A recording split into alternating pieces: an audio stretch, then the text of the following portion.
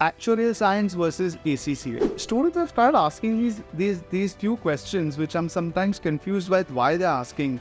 And is it only because they want to just find the qualification which is the most popular, or the ones which will give them the highest package, or the ones that will be easiest to pass? But I think in this video I'll just give you all the context of how to choose between ACCA and actuarial science. But actuarial science is all about risk. And this is not something that we study very in-depth in school or college. Risk is a combination of statistics and a lot of understanding about not just numbers, but how the world works, patterns of what's happened in the past, psychology, just trying to take as many variables as possible. It's a complicated but highly rewarding field, risk.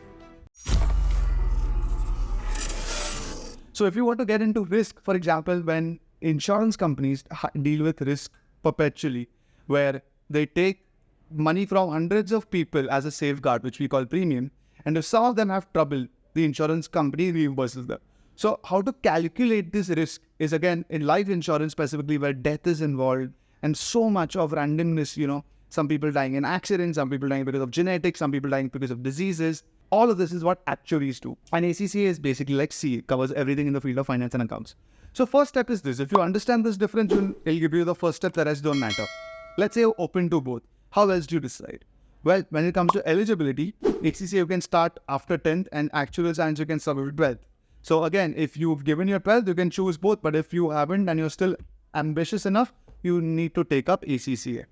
Now coming to the rest of the criteria, please understand that while ACCA is something that a lot of students are doing, a lot of students are completing, you can do it in 2 to 3 years. You also have exemptions, and companies are hiring you like chartered accountants more or less in India and overseas. Actuarial science, the qualification is a little complicated. It's first of all one of the most difficult exams in the world. I remember somebody telling me that if you want to do actuarial science, you basically lock yourself in the room and throw the keys out for 5 years. Right?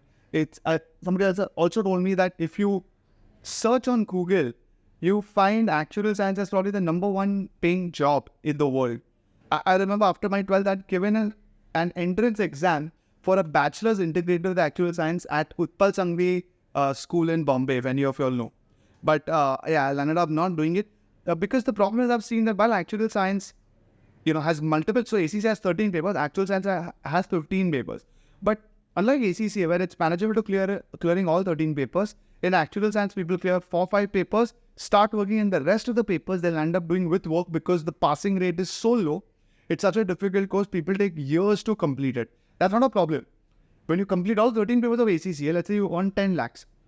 You can earn that by completing only 7 or 9 papers in actuarial science, whereas the rest you can do, and as you complete more and more, you earn more and more. In fact, ACCA completion rate is very high compared to actuarial science. Many people who start ACCA complete ACCA, and there are thousands of ACCAs in the world who've completed it. Lakhs actually, if I see it globally. In actuarial science, that number is negligible. At least a year and a half ago, I remember reading that the number of people in India who complete actuarial science are in 3 digits. Whereas in ACCA and the like, in CA, CFA, it's in 6 digits. So there are just a few hundred completed actuaries in India. And while they'll be the highest paying individuals most likely, there is also this burnout I've heard that if in actuarial science, you work so much for 5 to 10 years that you're burnt out, but you would have made enough money that at the end you are happy with it.